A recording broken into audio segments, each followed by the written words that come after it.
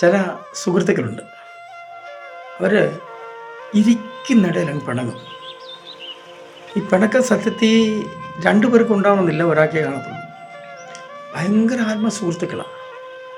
പിരിയാൻ പറ്റാത്ത സ്നേഹബന്ധം, ഭയങ്കര കൊടുക്ക വാങ്ങലുകൾ, ഇടപാടുകൾ, ആരോടും പറയാൻ പറ്റാത്ത നിലയിലുള്ള സ്നേഹമൊക്കെയാണ്. പക്ഷേ ഇടയ്ക്ക് ഇതിലൊരാളെങ്കിലും പറയും, അവൻ എന്നോട് ഈ ഇടയ്ക്ക് അകൽച്ചയാണ്. സത്യത്തിൽ ഈ പറയുന്ന ആളിന് അകൽച്ചയുള്ളത്, മറ്റേ ആളിന് അത്ര അകൽച്ചയില്ല. മിണ്ടാൻ ഒരു പക്ഷേ സാഹചര്യമില്ലാഞ്ഞിട്ടോ അല്ലെങ്കിൽ നമുക്കങ്ങനെ തോന്നുന്നൊക്കെ ആയിരിക്കാം. ദൈവവുമായുള്ള ബന്ധത്തിലും ചില ആളുകൾക്ക് അങ്ങനെ തോന്നുന്നത്. അവരുടെ വിചാരം ദൈവം അവരുമായിട്ട് പിണങ്ങി നിൽക്കുവാണ്. ദൈവം ആരോടും പിണങ്ങി നിൽക്കുമല്ല. ദൈവത്തിന് എല്ലാവരോടും ഇഷ്ടമാണ്. ആരോടും ഒരു പിണക്കവും ഇല്ലാത്ത ദൈവത്തിന് മാത്രമേ ഉള്ളൂ. അത് നമ്മൾ മനസ്സിലാക്കി വരാൻ ചിലപ്പോൾ താമസിച്ചു പോകും. ഒരു ചെറിയ ചിന്ത നിങ്ങളുമായിട്ട് ഇന്ന് ഞാൻ പങ്കുവയ്ക്കാം. ഇന്നും നമുക്ക് യേശുവിനോടുകൂടെ യാത്ര തുടരാം. ചില നിമിഷങ്ങളിലെ ഒരു ചെറിയ ചിന്തയ്ക്കായി 10-ാം സങ്കീർത്തനം 1-ാം വാക്യം വായിക്കട്ടെ. യഹോവേ, നീ ദൂരത്ത് നിൽക്കുന്നതെന്ത്? കഷ്ടകാലത്ത് നീ മറഞ്ഞു കളയുന്നതുമെന്ത്? നല്ല ചോദ്യമാണ്. അതും ദൈവത്തോട് തന്നെ ചോദിക്കാൻ കൊള്ളാവുന്ന ചോദ്യമാണ്. ലോകത്തിൽ ഏതെങ്കിലും മനുഷ്യരോട് ചോദിക്കുകയാണെങ്കിൽ പൊട്ടു നോക്കായിരുന്നു. ദൈവത്തോട് തന്നെയാണ് ചോദിക്കുന്നത്. നീ അങ്ങ് ദൂരത്താണ് നിൽക്കുന്നത്, മറഞ്ഞു കളയുക. ഞാനൊരു സാമാന്യ ചോദ്യം ചോദിക്കട്ടെ. ദൈവം ഒരു സെക്കൻഡ് നിങ്ങളിൽ നിന്നും മാറി നിന്നിരുന്നെങ്കിൽ ഇന്ന് ഈ സന്ദേശം കേൾക്കാൻ നിങ്ങൾ ഉണ്ടാകുമായിരുന്നില്ല. ഈ സന്ദേശം പറയാൻ ഞാൻ ഉണ്ടാകുമായിരുന്നില്ല. ദൈവം നമ്മുടെ ഏറ്റവും അടുത്താണ് നിൽക്കുന്നത്. അല്പം പോലും ദൈവം അകലുന്നില്ല. പിന്നെന്താ സംഭവിക്കുന്നറിയാമോ? 16-ാം സങ്കീർത്തനത്തിൽ ഇങ്ങനൊരു വാക്യമുണ്ട്. ഞാൻ യഹോവയെ എപ്പോഴും എൻ്റെ മുമ്പിൽ വെച്ചിരിക്കുന്നു. അവൻ എൻ്റെ വലതുഭാഗത്തുള്ളത് കൊണ്ട് ഞാൻ കുലുങ്ങിപ്പോകത്തില്ല. അതും ഒരു നല്ല സ്റ്റേറ്റ്മെൻറ്റാണ്. ആര് കേട്ടാലും ഇത്രയും നല്ല ഒരു മനുഷ്യനെ കിട്ടാൻ പ്രയാസമാണ്. കാര്യം എന്തോ, അവൻ്റെ മുമ്പിൽ വേറൊന്നുമില്ല, യഹോവ മാത്രം മുമ്പിൽ. ഞാൻ യഹോവയെ എൻ്റെ മുമ്പിൽ വെച്ചേക്കുക. അവൻ എൻ്റെ വലതുഭാഗത്തുള്ളതുകൊണ്ട് ഞാൻ കുലുങ്ങിപ്പോത്തുമില്ല. അപ്പം യഹോവ മുമ്പിലുണ്ട്, അവൻ എൻ്റെ വലതുഭാഗത്തുണ്ട്. ഇത് ഭയങ്കര ധൈര്യവും ഉറപ്പും അങ്ങ് പ്രഖ്യാപിക്കുക. നല്ല കാര്യമാണ്. ധൈര്യവും നല്ലതാണ്, ഉറപ്പും നല്ലതാണ്. യഹോവ മുമ്പിലുണ്ടെന്നുള്ളത് സത്യവുമാണ്. പക്ഷെ ഇപ്പോഴെന്താ പറ്റിയെന്നറിയാവോ? ഈ 10-ാം സങ്കീർത്തനക്കാരൻ പറഞ്ഞ പോലെ ദൂരത്ത് നിൽക്കുക എന്നൊരു തോന്നൽ. എന്താ സുഹൃത്തെ ഇപ്പോൾ യഹോവ ദൂരത്ത് നിൽക്കുക എന്നൊരു തോന്നൽ വരാനുള്ള കാര്യം ഞാൻ പറയാം. അതായത് വൺസ് നമ്മൾ ദൈവത്തെ നമ്മുടെ മുമ്പിൽ വെച്ചു. സപ്പോസ് നമ്മുടെ വീട്ടിൽ നമ്മൾ ഏതെങ്കിലും ഒരു സാധനം നമ്മുടെ പറമ്പിലോ നമ്മുടെ വീടിൻ്റെ ഏതെങ്കിലും മൂലയ്ക്കോ നമ്മൾ കൊണ്ട് വെച്ചു.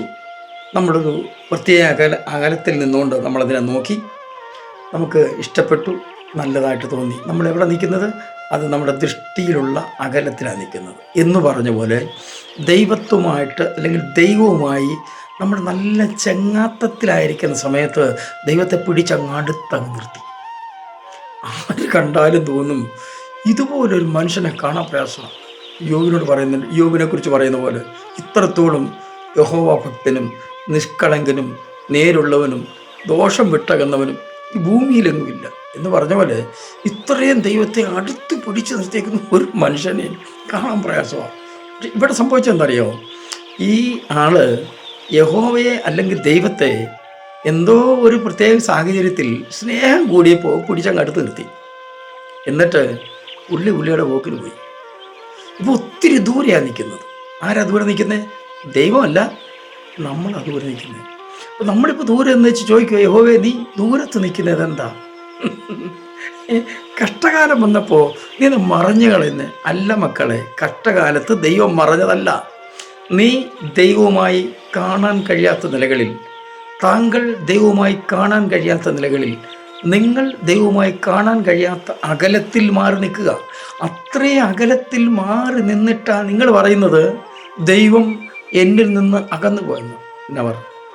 ദൈവം ഒരിക്കലും നമ്മിൽ നിന്ന് അകന്നു പോവുകയില്ല. അങ്ങനെ കാര്യം പേടിക്കണ്ട കേട്ടോ. കാരണം എന്താ അറിയാമോ?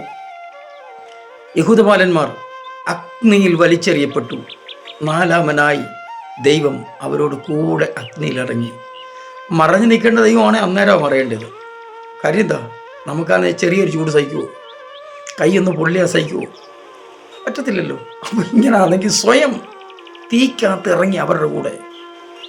സിംഹത്തിൻ്റെ ഗുഹയിലേക്ക് ദാനിയേലിനെ വലിച്ചെറിഞ്ഞപ്പോൾ തമ്പുരാൻ മാറി നിന്ന് കൈയടിച്ചില്ല, മാറി നിന്ന് ചിരിച്ചില്ല, മാറി നോക്കി നിന്നില്ല. എന്തു സംഭവിക്കുന്നു? മിര്യാം നോക്കി ഒന്നും നോക്കിയില്ല. ഇറങ്ങി കൂടെ അങ്ങ് ചെന്നേ, ദൂതനെ അങ്ങ് അയച്ചു. അതാണ് നമ്മുടെ ദൈവം. ദൈവം ഒരിക്കലും ദൂരോട്ട് പോകത്തില്ല. നിങ്ങളൊരു പക്ഷേ ഇന്ന് എന്തെങ്കിലും പ്രത്യേക മാനസികാവസ്ഥയിലോ അല്ലെങ്കിൽ എന്തെങ്കിലും ക്ലേശത്തിലോ ഒക്കെ ആയിരിക്കുമ്പോൾ അറിയാതെ അങ്ങ് പറഞ്ഞു പോകും, ദൈവമേ നീ എവിടെ? എങ്ങും പോയിട്ടില്ല. ദൈവം ഇവിടെ തന്നെ ഉണ്ട്, നിങ്ങളുടെ അടുക്കൽ തന്നെ ഉണ്ട്. ഇന്ന് നിങ്ങളൊന്ന് ട്രൈ ചെയ്യുക. നിങ്ങളിരിക്കുന്ന ഇടത്ത്, നിങ്ങളായിരിക്കുന്ന അവസ്ഥയിൽ കണ്ണുകളെ ഉയർത്തി, അല്ല നിങ്ങളുടെ മനസ്സ് ഏകാഗ്രമാക്കി ദൈവത്തോട് പറ, കർത്താവേ ഇന്ന ഒരു വിഷയത്തിൽ ഞാൻ ഭാരപ്പെട്ടിരിക്കുന്നു, എനിക്ക് നിന്നെ വേണം. പറ. ലോകത്തിൽ ആർക്ക് നിന്നെ വേണ്ടെങ്കിലും ദൈവത്തിന് നിന്നെ ആവശ്യമുണ്ട്. വിശ്വസിക്കുന്നുണ്ടെങ്കിൽ ഞാൻ നിങ്ങൾക്കൊന്ന് പ്രാർത്ഥിക്കാൻ പോവാം. സ്വർഗീയ പിതാവേ, ഈ ചെറിയ സന്ദേശം ശ്രവിക്കുന്ന ഓരോ പ്രിയ മക്കളെയും അങ്ങയുടെ കരങ്ങളിലേക്ക് ഏൽപ്പിച്ച് അനുഗ്രഹിച്ച് പ്രാർത്ഥിക്കുന്നു. ജീവിതത്തിൽ ഏതെങ്കിലും വിഷയത്തിന് മേൽ ഒരൊറ്റപ്പെട്ടു പോയിട്ടുണ്ടെങ്കിൽ, ഭാരമേറിയ അനുഭവത്തിലൂടെ കടന്നു പോകുന്നെങ്കിൽ, കർത്താവിൻ്റെ കരം നീട്ടി അവരെ പിടിച്ച് കർത്താവിനെ രക്ഷിക്കണമെന്ന് പ്രാർത്ഥിക്കുന്നു.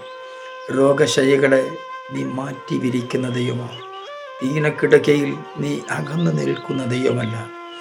മരണത്തിൻ്റെ താഴ്വരയിൽ കൂടി നടക്കുമ്പോഴും നീ എന്നോട് കൂടെ ഉണ്ടെന്ന് ദാവീദ് പറഞ്ഞതുപോലെ, ജീവിതത്തിൻ്റെ ഒരു സാഹചര്യത്തിലും നീ ഞങ്ങളെ കൈവിടുന്ന ദൈവമല്ലെന്നൊരു വലിയ ഉറപ്പ് ഈ കേൾക്കുന്ന ഓരോരുത്തരിലേക്കും പകരുമാറാകണമെന്ന് പ്രാർത്ഥിക്കുന്നു. വലിയ അനുഗ്രഹം എല്ലാവർക്കും നൽകണമേ. നീ ഒരിക്കലും ദൂരത്ത് നിൽക്കുന്ന ദൈവമല്ലെന്ന് പൂർണ്ണമായും വിശ്വസിച്ച് മുന്നോട്ട് ഞങ്ങളെ സഹായിക്കണമേ. യേശു ക്രിസ്തുവിൻ്റെ പൊന്നുനാമത്തിൽ തന്നെ. ആമീൻ, ആമീൻ, ആമീൻ. ദൈവം നിങ്ങളെ അനുഗ്രഹിക്കട്ടെ.